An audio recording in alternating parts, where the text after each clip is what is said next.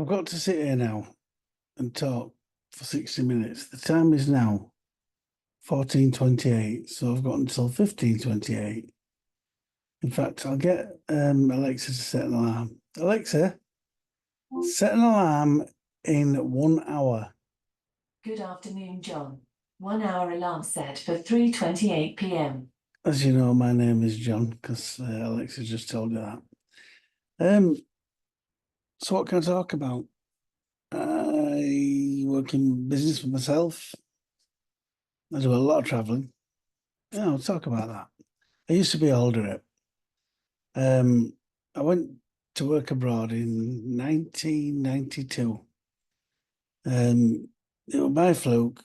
I was working at a newspaper in the north of England for a few years. And I lived with a girl who was basically no good. So she would get off with somebody else who was equally no good. And my parents died when I was young. Lots of things had happened in my life, and I got to a point where I thought, well, I'm here now where I can go do what I want. I was single, almost homeless. I was in my car, working for the newspaper that I used to work for. And I just thought, I'm done with this. I'm done with it. Why don't you just do what you've always wanted to do, go be a holder rep? So I thought, well, yeah, I'll have a go. Do a lot of thinking to myself. So next thing I knew,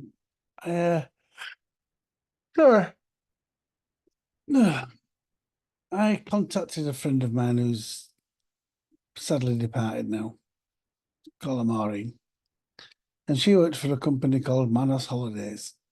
Manos Holidays were a leading holiday company for Greece, and they also did Turkey, I believe, but they definitely did India. They got into India many, many years ago, and they took over it. They literally took over it. There were more people going to India with Manos Holidays than any other company. And it was weird because they were a very small company in Greece. Although, having said that, they're one of the biggest as well, but they weren't as big as what they were in India. And in India, they were the biggest, without a doubt. They were absolutely massive. And people wanted to work for them because they wanted to get winter work in India. No chance. No chance. Everybody wanted it. But anyway, I applied and I ended up having to go to London, Old Street in London. I didn't think about how to get there. I just thought I'll just drive because I used to drive everywhere then. So I drove down in a little mini metro, parked on the street in London, Old Street. Never thought about parking. I didn't realise that parking was so difficult in London. I just thought you could rock up like you could in my hometown. Rock up and just park your car and go to your meeting and get back in your car. I didn't know that you had to pay for it. Well, free. But this was 1992. So it is a long while ago, 30 years ago. 2002, yeah.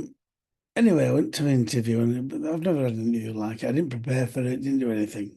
All I knew is that everybody used to say to me, "You would be a great holder rep." So I thought, well, I'll do the meeting. So I went to it and got in there, and Maureen had told me that I could stop at the house where all the managers were living because she was a manager there, which were a good thing because I got to meet all the managers and we had a night out and all that kind of thing. But I thought that was a dead cert for me to get the job. Wasn't, not at all. There was no bias there at all. Even the fact that I knew Maureen, although she was one of the ones that used to say, "You need to be a holder rep." And when a manager of a holiday company says you need to be a holder rep, you think you're going to get the job. Anyway, so off we went. We had a long interview, and there were debating there about abortion. Another one about something else, something topical at the time. I think it was something to do with smoking. Can't remember now. Anyway, I were on the for team, other people on the against team, and I had to talk people around, and I did. Talked to them all round, whoever were against it. By the end of the debate, they were for it, which is not really how a debate's supposed to be. You're supposed to get your point across and get the audience for it, not make the person that's actually against it to become for it. They're supposed to stand the ground, and I think that's why I won the debate, because they didn't understand what a debate was, and I put up a better argument. At the time, I was 30, 92, 30. 67, 83, 93, 30-year-old, about 30-year-old, 29. Don't matter. Does if you want to get an hour in this video. So I did the interview, got through that bit, got through every little bit of it. Then went through a bit of role play. I had to get up and dance like a chicken, whatever I can, long time. And that was it. That was that. And they closed the meeting, off I went, and I had to meet him at this house that they were staying in. So I got in my car, I had a ticket on my car, and I thought, bloody hell. So I contested the ticket, told them that I'd left my jacket, and you were allowed an hour free, 2 hours free. And I'd had my 2 hours, and then I did another 5 minutes. So we're only really 5 minutes over. Now in London, you won't get away with 2 hours. You don't even get 2 minutes free. I know, because we're down there the other week. So anyway, I got this ticket, and I thought, bloody hell. Just go off the story for a little bit. When I got home, I put a complaint in saying, look, I got a ticket. I need to contest it. What I'd done is I'd been in an interview on Old Street, which was about 2 minutes walk from the car. I came out of the interview and I'd left my keys on the desk that I'd been interviewed in. So I had to go back and get my keys. Got my keys, came back, opened the car, realised that I was 4 minutes late. No, I wasn't late when I got back to the car, but I was late when I got back to the car second time after I picked my keys up. And I thought, well, that won't work. But it was true. And the next thing I got a letter that said, without prejudice, this parking ticket has been cancelled. I thought, well, that's a result. No, all I want to do is get the job. So I got back to the house, and we're all having a drink and a bit of fun and all that lot. Quite uneventful, but everybody in bed for 10 o'clock. Next morning, got up and got in my car and drove back. Oh, sorry. Drove back up north. No more was said about it. Anyhow, I'm there, and I got back to newspaper that I worked for. I'd not told anybody what I'd done, but the Manus Holidays, the logo for not the logo, what's the slogan for the company was small enough to care, big enough to make it happen. Big enough to care, yeah. Small enough to care, big enough to make it happen. So there I am. I'm at my desk, and I was thinking about my interview yesterday. I've pulled a sick day. I'm sat there, and somebody came up to me, and I actually worked with Scary Spice, Mel B. And we shared a desk. She was in the desk across from me, and she said, "Hey, John, you need to do this quiz that we're doing." And I was thinking about Greece. I wasn't thinking about newspaper. And she says, "John, are you listening?" She has a very abrupt way about her as Mel. It wasn't Johnny listening. Johnny had been listening to me. Are you ignoring me? And I went, no, sorry, Mel. What's up? We've got to come up with a slogan. Everybody's got to come up with a slogan. It's one of these spot quizzes that they do. And there's going to be a decision in 20 minutes on who wins it. And the winner gets £1,000. And I went, but that's what we've got to do. She said, you've just got to come up with a logo. I know you'll win it, because you always do. And that's sort of slogan. And I said, slogan for what? She put newspaper.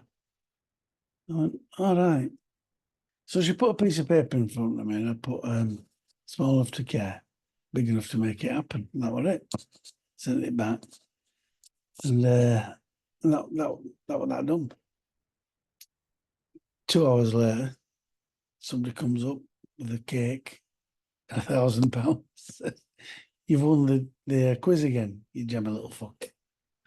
And I went, I didn't even what a quiz. They said the slogan. What's that? And Mel B says, it's the one that you did earlier, and I give you that bit of paper, you donkey. I said, all right, yeah, I've won. Yeah, all right. Great. I used somebody else's slogan for a newspaper, and I thought, well, yeah, if they'll accept that, that's fair enough. So £1,000 on a cake. Cake. Do look like I eat cake. Anyway, I had a cake and biscuit man myself. So, in fact, I like pork pies. I eat them all. I eat all the pies. So I'm sat there and I thought, right, what am I going to do now? What am I going to do about this job? And I couldn't stop thinking about this job. And I was going through a bad time in my life. I ended up having to share a house with a friend of mine. And I was living in this house, and there were no mobile phones, nothing like that then. And I thought, right, what shall I do? I'll ring them up. So, because I've not heard out, been like 3 or 4 days. So I rang, and they said you lay something for 8 hours. So I rang up, and I spoke to this woman, Maria. Maria, she was called. The boss was called Demetris, who was a woman, and Maria was, well, suppose now she wouldn't be called a woman, she'd be called a man. Or, yeah, trans thing. Not sure. So I rang up, she answered the phone. Turned out that I actually thought that the other girl was the manager, and she was the manager, but this person that answered phone was the big boss, but she downplayed her role that she wasn't a big boss, but she actually was the big boss.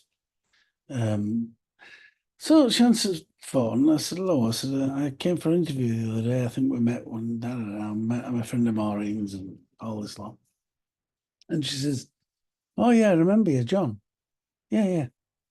All right. I said, just wondered if I got anywhere with it. And she says, sorry, but you've not been shortlisted. I said, is there a reason why? No, we don't have reasons. We choose who we choose, and that's it, you know. And I said, right, okay. So fair enough. Can't use my services, you can't use my services. I said, but I'd be a good rep. And she goes, how do you know? I said, everybody tells me. Everybody I've ever met has always said you'd be a good rep. And she went, okay, thanks for your call. Let's put phone down. Literally, a minute later, phone rings. Hello? I said, hello. She says, John, it's Mary. Her name wasn't Mary. It was something else. I've just remembered it, but it wasn't Mary. But now it's called a trans. It's not a good idea for me to say her name.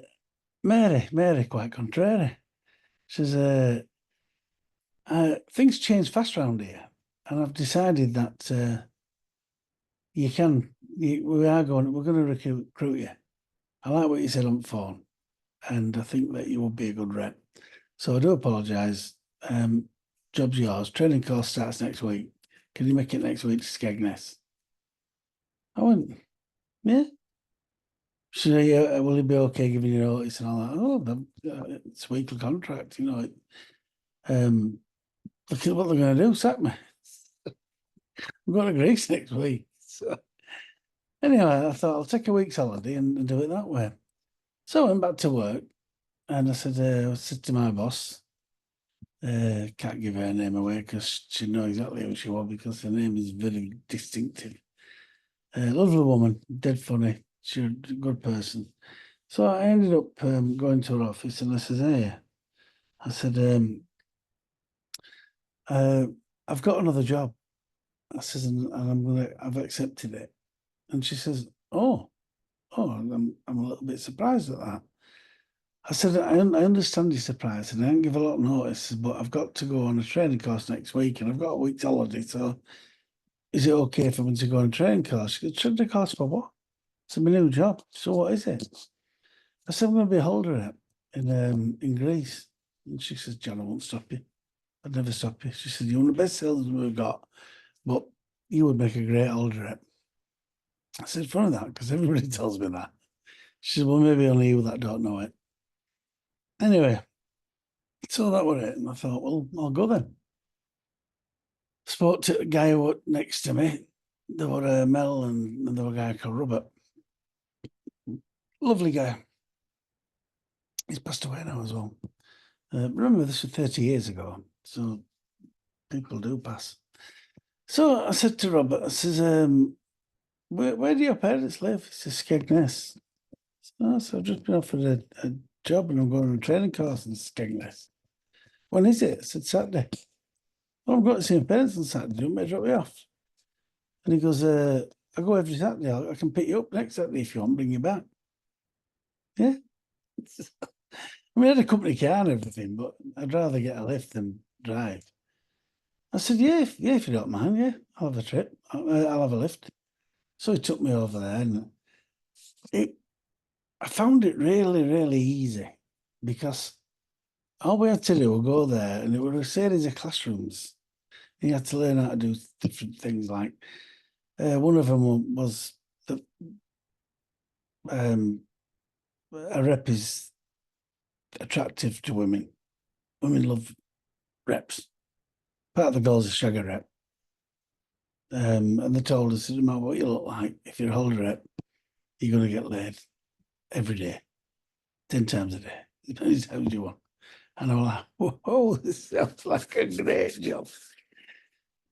There's a bit of that in the story, but anyway, so I went to a training course, did what I had to do, and first night we did this thing, and then we could go into Butlins. So we went into Butlins, into entertainment place, and there were over 1,000 of us, and it were like 3 keys in the middle of the floor. Everybody were all over everybody, and I thought, well, fuck it, I'm doing it. So I treated it like an holiday. Didn't realise they were watching us. Everybody were watching us, all the managers. But I am quite discreet, so I kept it on the down low, if you like. Shared a room with a guy called Glyn, who was a seasoned rep. He'd done it for years. And nice bloke. Only met him there once. Only met him there. Stuck in my mind because he was a good guy. You could tell he was a nice person. You know, there were no pretentious about him or like that. So, and I wasn't built like this at the time. I was quite slim. I was a young man. So next thing, we did his course. We did everything. They were all stodgy food. Food was included. Stodgy Butlins food. You know, like pies and sponges, crap, chips, gravy, normal English food, which people complain about, but I'm English. I like it. I prefer Indian. Oh, that's another video. So next thing I'm doing this the course, and every day seemed to be all right. And I had this little problem. I remember all right. When I was writing, my hand stopped working. I'm like, I can't write. I couldn't hold pen. And it was slipping out of my hand. And I thought, oh, God, I've got to do this course and I can't finish it because I can't write. And it happened for about a full day. I ain't got a clue. To this day, I don't know what it was.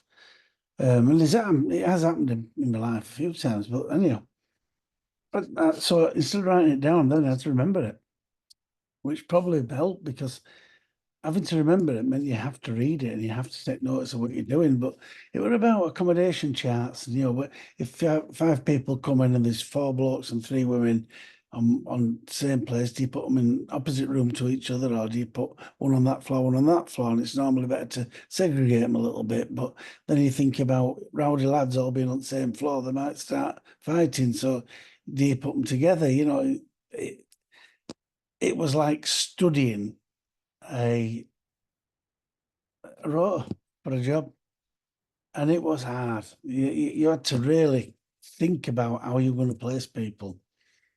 So I used to put all women there where I used to have my visits in the morning, knowing that there'd be rooms around where I was.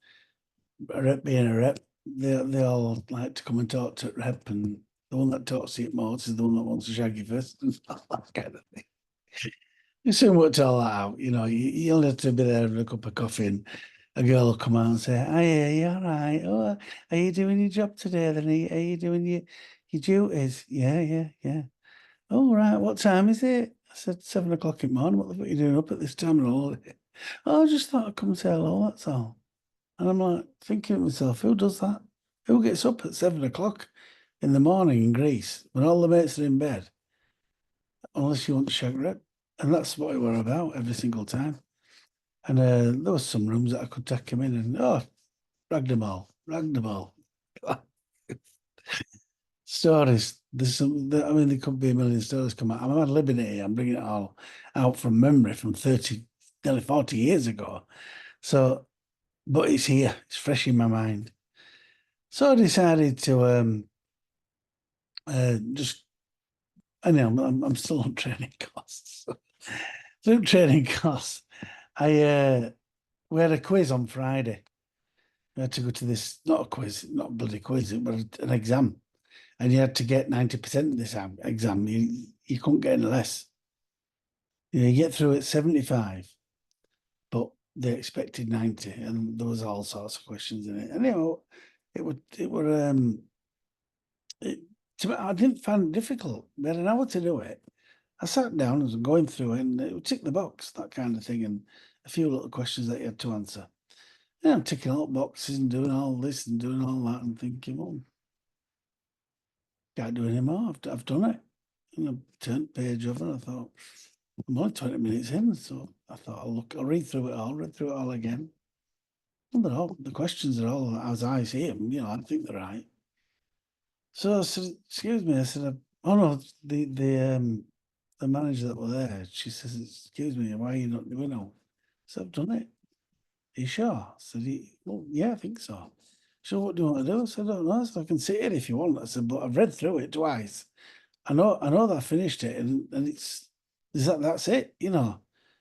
Well, if you want to go and you can't come back and do it again, you only get one crack at it, and you've got to get 75%. Well, that's it. I've done it. I said, but I do learn quickly. So she says, and I said, most of it's common sense, and I've got loads of it, even though common sense is not common, but I have got common sense. So she says, right, okay. So I put my thing on there, and I thought there'll be a few other people that'll follow me. So I went outside. Nobody came out of that room until it finished. And I'm like, I was embarrassed. I didn't know what to do. I was really embarrassed because I thought, oh God, maybe I hadn't done it. Maybe everybody's going to think I'm a clever fucker now. And you know, nobody likes a clever dude, do they? So I thought, well, I'll hang about. And I hung about, waited a bit longer. Bear in mind, I'd done it in 20 minutes, and there were 40 more minutes to wait. So I'm waiting and waiting. You know, Glyn come out, and he says, what happened there? They kick you out. I said, no, done it. He goes, you can't have done. It's your first year rep. I says, Glyn, I've done it. I didn't know what to do. You know, I've read through it twice. If I've got questions wrong, it's because I didn't know them. But as far as I'm concerned, I answered 100 questions, and then I thought I got them to the best of my ability. But now I'm starting to doubt myself, especially now you've come out and you thought it were hard. You've been 3, 4 years. Anyway, we were getting his results at 5 o'clock, and it was now 4 o'clock, so they're going to mark them very quickly. Results got posted. I got 100%. Nobody else did. Nobody. And that don't make you a good rep. It just makes you, well, makes them think you paid attention, which I had. But I wanted to be a rep. I really did. You know, bear in mind, I know I lived properly at the time, so it was like, get this job or get in shit. And there was a gap in my life where I thought, well, I can do it. I've no girlfriend, I've no commitments, I've no nothing. I might as well just do it, you know. So then the next day, so that was Thursday, on Friday, we all went in and we had to do meetings with the managers, and each island gateway in Greece has got a different manager. So you've got somebody who's in charge of the whole of Greece, which was Mary. really quite contrary, and Demetrius. And then you had other people under them who were island managers. Good job, very good job. Most of them were thieves because all the money went through them. And it was funny because most of them kept losing their jobs because money were going missing left, right, and centre. And it wasn't their fault. But next thing they're out of a job, so you got a new island manager. Anyway, we had this island manager. I don't think she was my cup of tea, and I want hers. I wasn't hers at all. But she didn't have much of a choice because I'd been asking for Falaraki, and there was a guy called Steve that worked there. He'd been Falaraki rep for 10 years, a long time. That's a long time to be a rep. I was asking for Falaraki and won't give me it. And then they come up and said, right, we're pleased to tell you you've been given Malia. I didn't know what Malia was. I've never heard of it. Never heard of it. I said, what's Malia? I said, it's like Falaraki, but it's in Crete. You'll like it. It's got you all over it. And I thought, well, fair enough, I'll go wherever you want me to go. So 2 weeks later, I'm on a plane, Wednesday night, on my way to Crete. Next thing, I turn up in Malia, and boss met me off the plane. All of the reps were on the plane, but it was just reps. It was a rep plane, because all reps were going over for summer season, no tourists, no nothing. That plane came back empty. It was just reps. So the next thing, we got to the resort, and it was quite late. We ended up going out, got my fish shag. Did a little bit there half an hour, and that one at other reps, which didn't make it great because she had to. She was the admin girl for the islands. She was the boss's right hand person, sort of thing. But hey ho, I'm on holiday. And that's what I thought. That was not a great thing to think because when you're a holiday rep, you're a rep and you're working. But I thought I'll do my job. My work ethic, don't know my work ethic. I work every day, all day, do my job, but I'm on holiday and I'm going to shag everybody that I see. Just about. If still they let me. So next morning, we got up. We're in a place called Hesonisos, which is just north of Malaya, south of Heraklion. So they got Heraklion there, Hesonisos here, and Malaya there. They're quite close to each other. 70 kilometres from Heraklion, but only 3 or 4 kilometres from Malaya. So I went down to Marina area. It's a man-made town, is Hesonisos. You've got old Hesonisos in the mountains and new Hesonisos near the sea. No beach, not a decent beach, not at all. So we're there, and she's taking us around saying, "This is what you got to do, and that's what you got to do." And I started to find it hard because knowing it and doing it are different, and we had to do everything. We had to count knives and forks. We had to make sure there's enough pillowcase. We had to measure all the balconies and make sure they're right height. And if they're not, we had to get them rebuilt just to get the owner in and explain in English that you have to make that 2'6". And at the moment it's 2'4". And they go, well, I'm building 2'6". Well, you're going to have to put a pipe on it or something. I had to come up with solutions.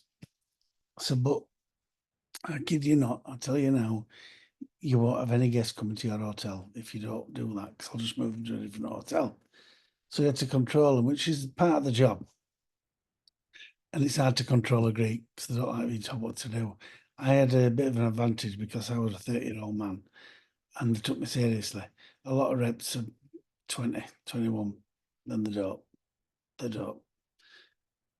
So I had to do all that. And then I had to go. But a bit of bullying. I didn't like this manager. They give us a pedometer, one of them things that you measure with one wheel.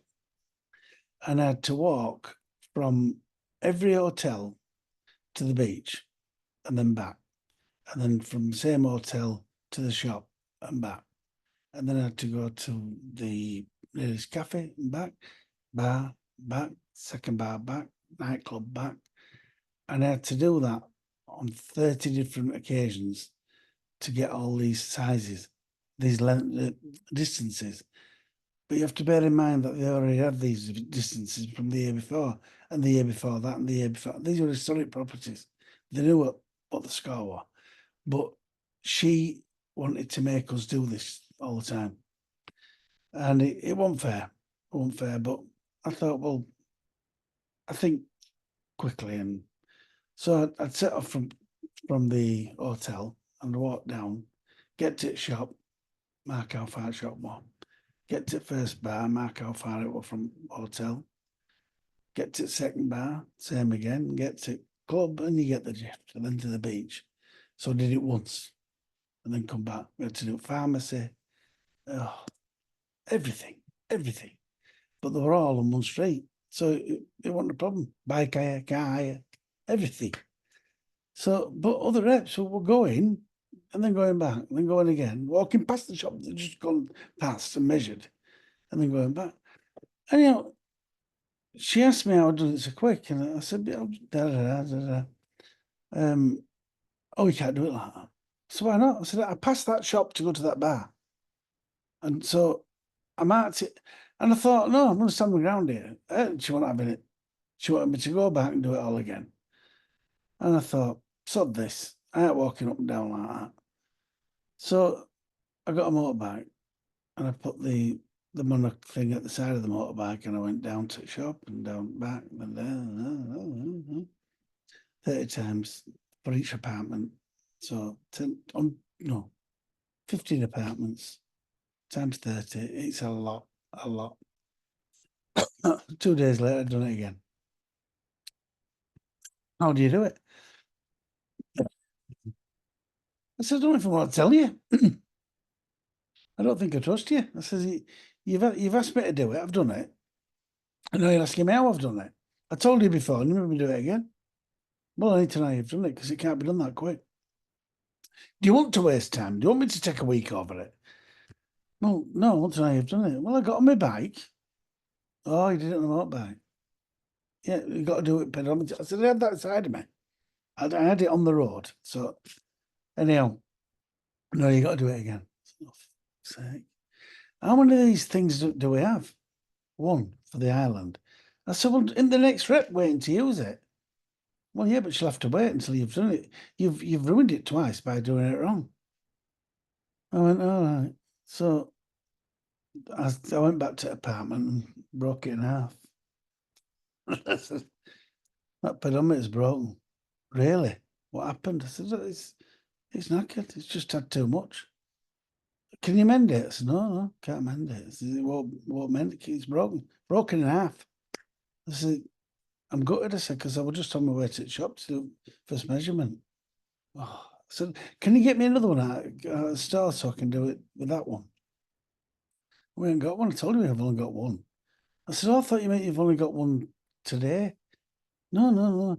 And in the one in Heraklion? No, we've only got one. Oh, God, what are we going to do? I said, well, I've got all measurements from before. And she went, oh, thank God for that. Right. I said, so have you used them? Yeah, they're perfectly fine. The one yesterday, weren't they? Or the day before. So then she got hold of reps and she said, do any motorbike, just go down to every shop and tell us how much they are. And so we didn't need to do that. It was pointless. Next thing, I'm going into apartments and she said, oh, make sure there's 3 knives and forks. I said, why? There's only like 2 people staying in the apartment. Oh, in case they lose one. Well, okay. So I went in and I counted 3 knives, 3 forks, 3 spoons, 3 plates, 3 cups, 3 saucers, 1 kettle, a bucket. The story about the bucket. Towels, all towels. I had to make a list of everything. But the one list that you take, you had to write a list. Towels, soap, knife, times 3.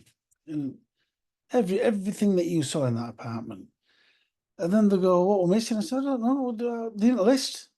I made a list, so how can I know what we're missing? I know you're going to think I'm being argumentative here. I just didn't like the woman, and she didn't like me.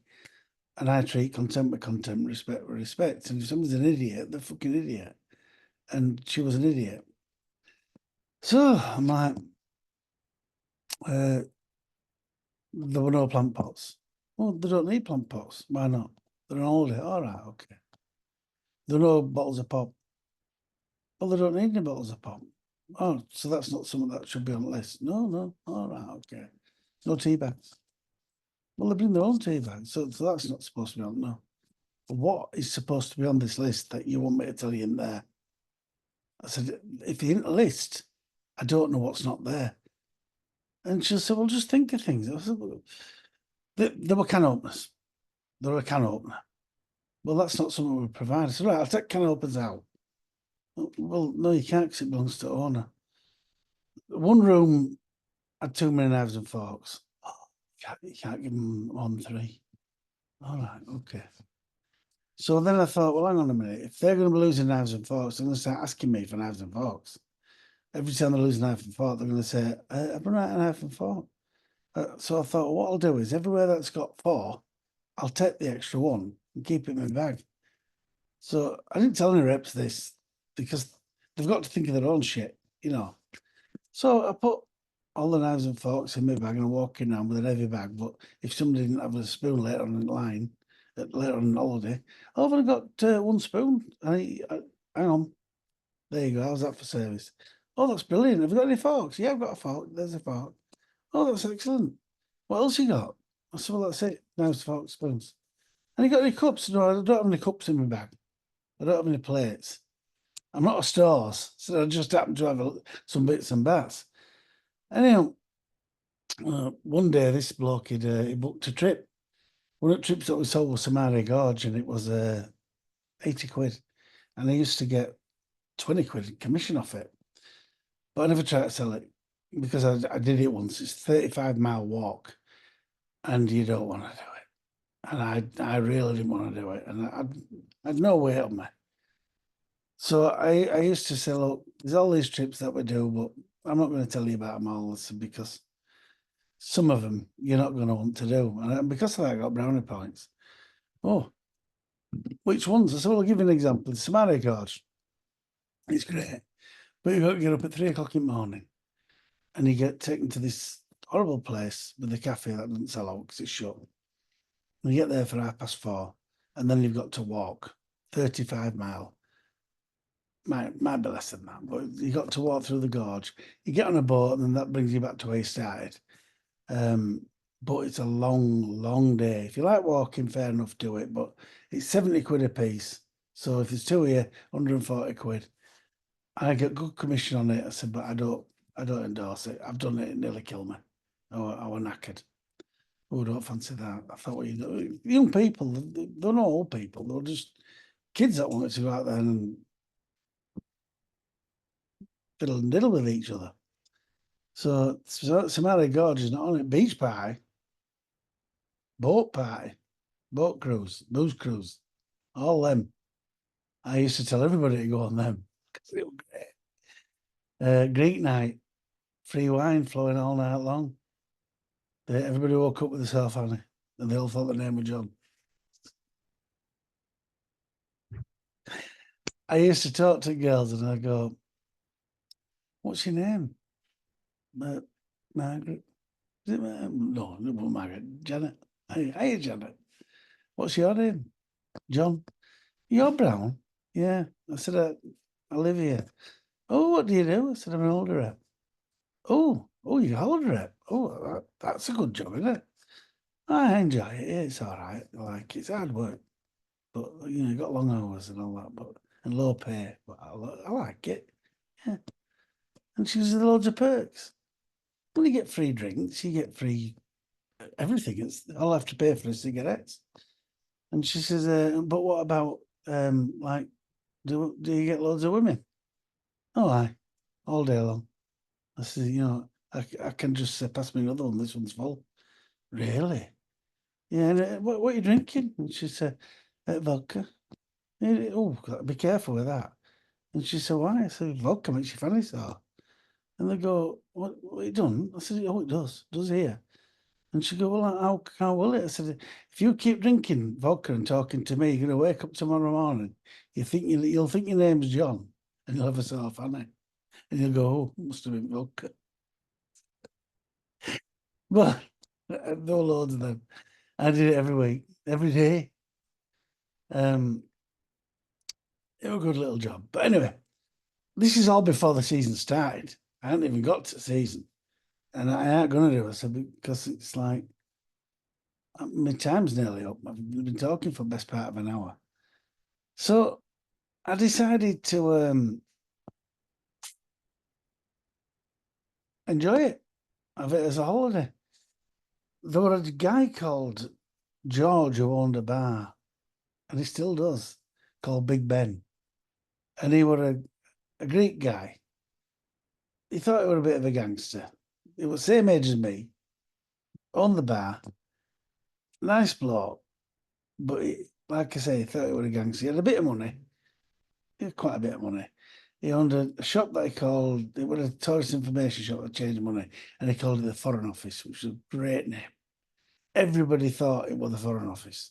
And if they had a problem, they'd go to see him. And he had an English kid that worked there who used to do all managing for it. And he said, oh, sit down, I'll help you with your problem. And he'd sell him trips and sort all sorts out for him. But he would always sell out trips. Oh, sorry, I'll go back a little bit. Samari Gorge.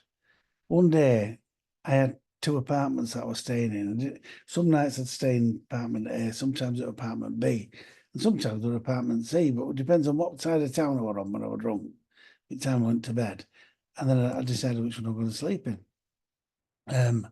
So I always had in my back pocket a little alarm clock. No mobile phones then.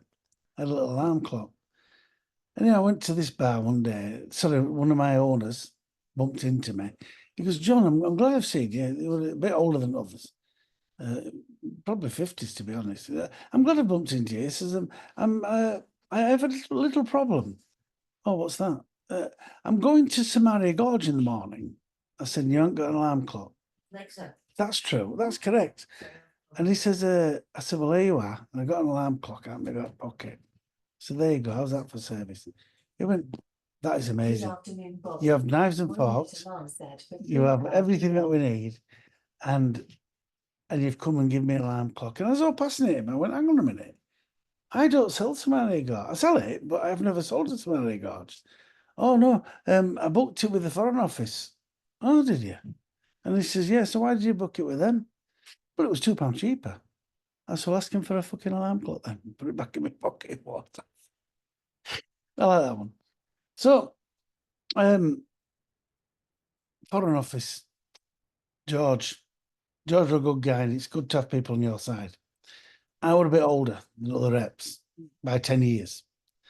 And so they didn't treat me like they did young reps, where they could have them like that, wind around the little finger. And this George, he thought, well, I'd broke my arm, so everybody knew that the Manos rep had a broken arm. Because beginning of the season, we didn't have uniforms, so we had to wait for him to come. One moment. Alexa, stop. Alexa, be quiet.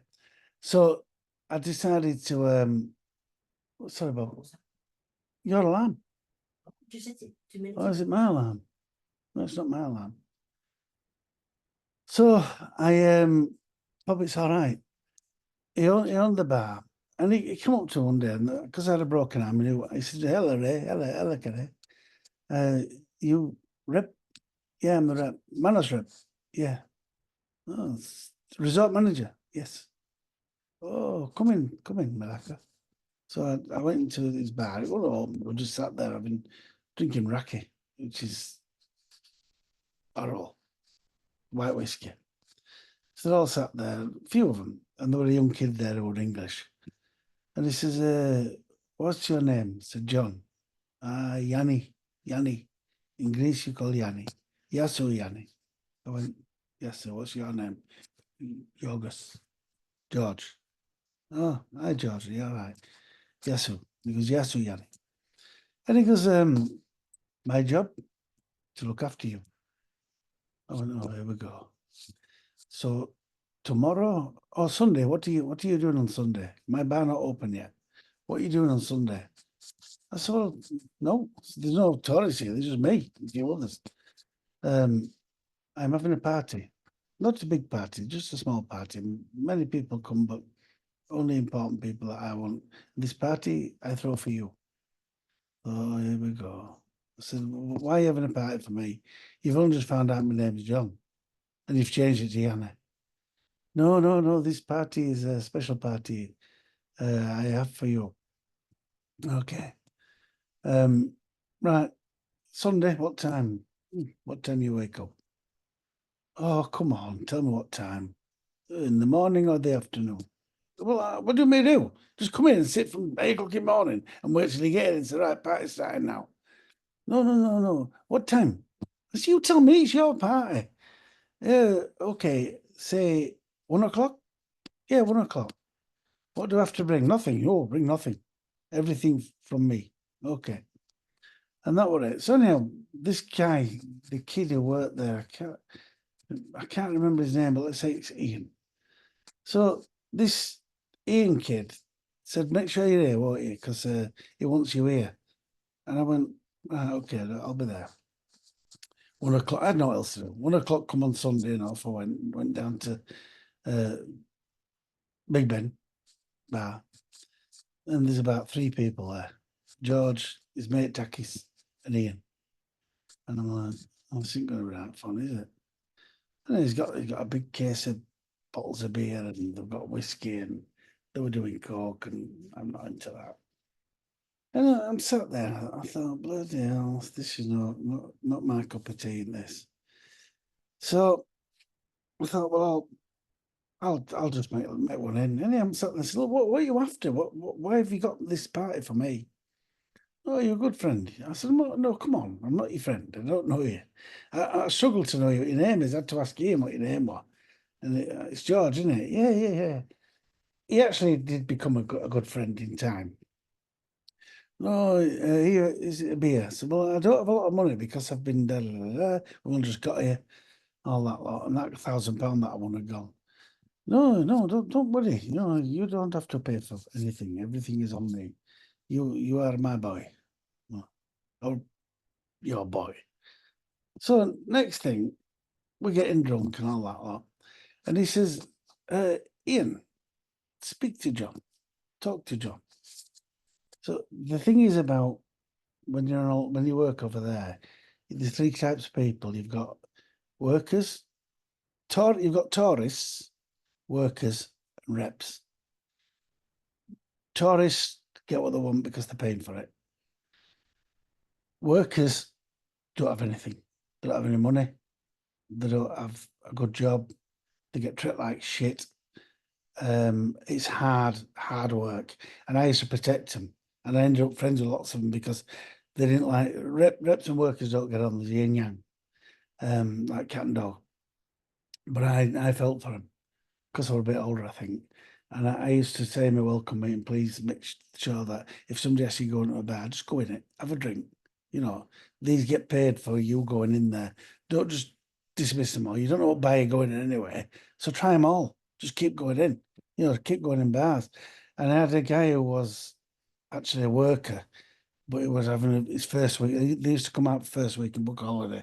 And he stayed with me. And after the welcome meeting, he went around and told all workers that guy looks after us. You know, he's for the workers and all that one. So you've got tourist workers and reps. Reps get everything for free, including women. They get whatever they want. You walk in the bar and you're a rep. There's 100 workers in there, and there's one girl. That girl's with you. She'll come for you. So George says, talk to Yanni. Talk to him. So Yanni, Ian come up and he goes, can I have a word? I said, yeah. And bear in mind you were a worker. So there's a bit of something there. Anyway, he says, George has asked me to talk to you to let you know what you are. So what do you mean what I am? He goes, you're a very important person in this town.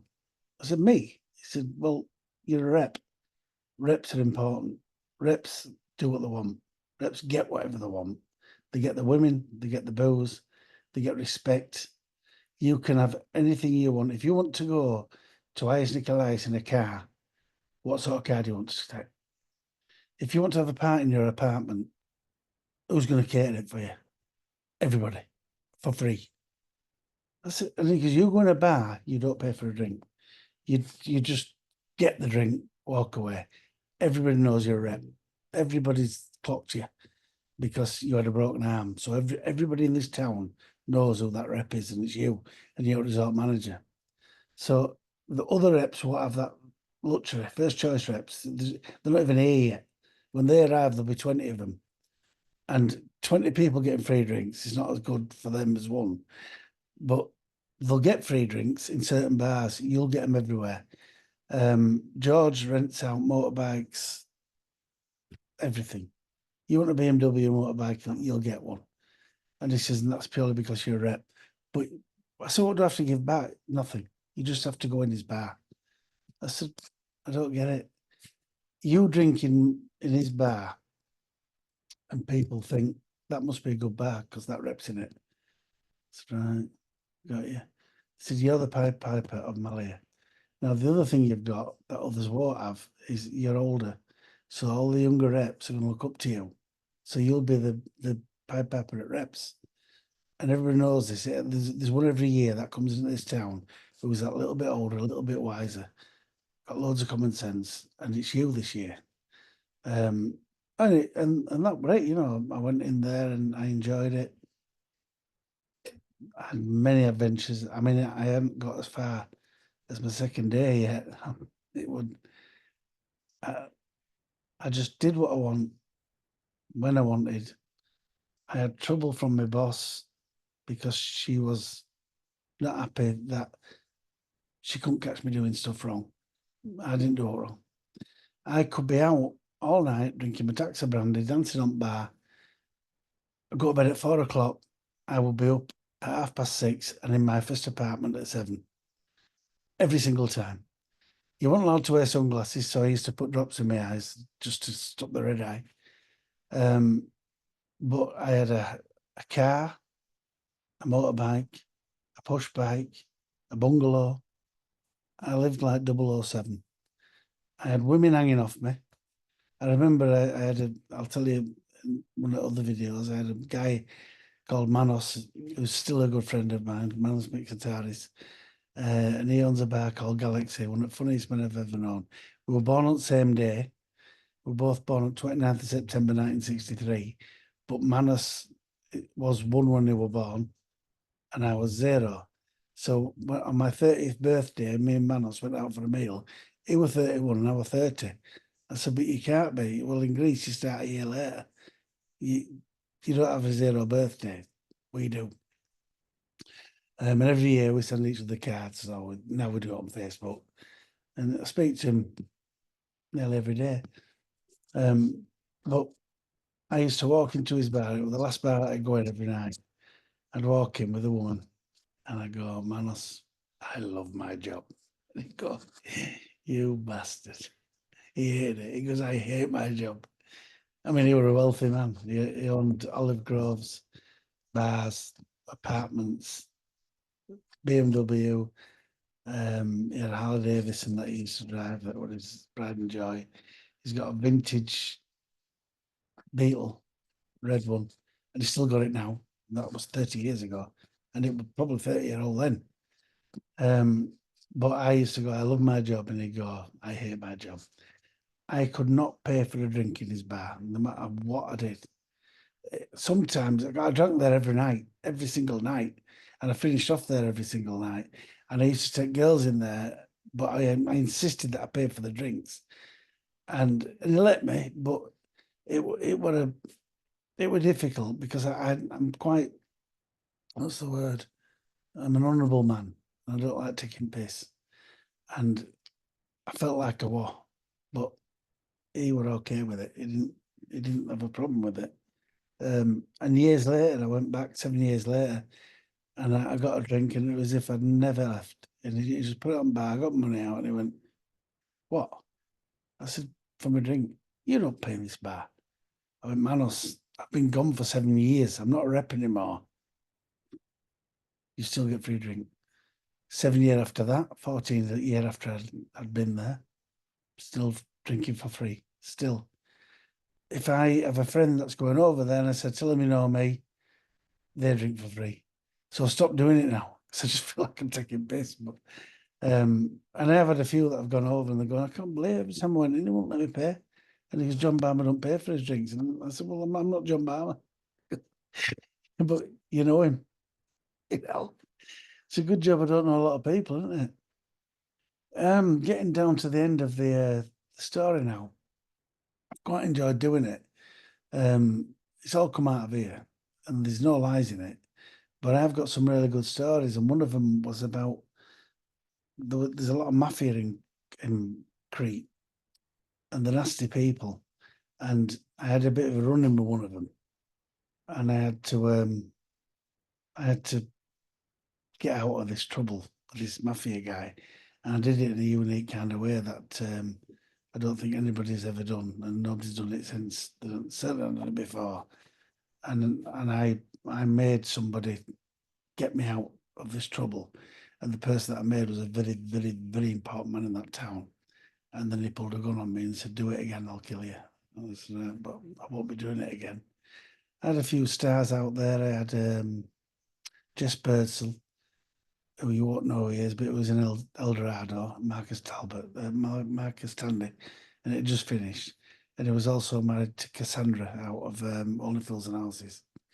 I had Ryan Giggs, and we had a little plan to embarrass him, take photos, but he asked me not to do it. So I said, okay, I won't do it.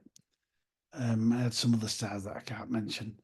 There were a guy who was the outdoor producer for Big Breakfast, and he got Chris Evans to call me one morning and asked me if I'd go on the Big Breakfast, and they offered me a week as the man of the week or something. They were going to fly me out from Greece, put me in there for a week at Big Breakfast, but my boss said, go do it. And I said, I don't want to do it.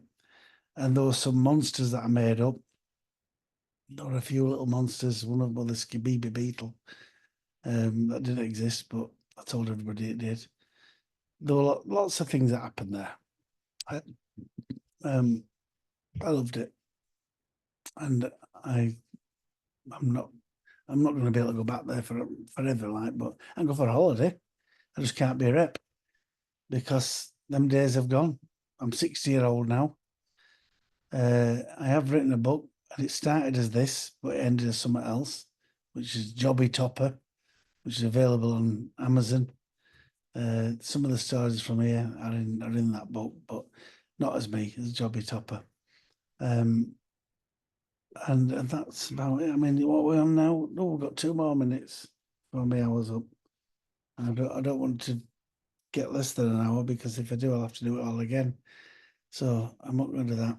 But what I am going to do is I'm going to come back and do a part 2. I don't know when, but I will. So if you subscribe, I'll let you all know when it comes out. That's if you've enjoyed it and you want to hear it. But there's some good stories to tell, and I've probably got another 10 hours of this to go. I'd like you to follow, if you will, subscribe, follow. What do you do on TikTok? This is not TikTok, this is YouTube. What do you do on YouTube? You subscribe, you follow, you like, you share. So subscribe, follow, like, and share, if you will. The more people I get that do that, the better it is for my channel. I'm trying to get monetized, hence the long videos. But end of the day, it'll do what it'll do. I'm clock watching now because I've only got a minute to go. If anybody has anything they want to ask me, please put in the comments. If anybody remembers me from Nora Holder up in Malia, it wasn't me. Especially if you've got a 30-year-old kid. That's not mine. It's not mine. Not to do with me. If you had a good time when you were there, my name's John. If you didn't like it, if you didn't like it, my name's Jason, and I worked for Inspirations. One moment. Alexa, stop. So my hour's up. I've done my time, and I'd like to thank you all for watching it. Please like, please follow, please share. Thank you very much. And tickety-boo. There we go. Let's have, I'm going to stop this. Stop recording. Bye-bye. This is the story of when I was a holder rep. I was supposed to do it for 60 minutes. I did it for 59.56 minutes. So, or 4 seconds short. Anyway, please enjoy the story. It will follow on straight from this. You don't have to click anything. It'll just follow straight on. Thank you very big. Cheers. Bye-bye.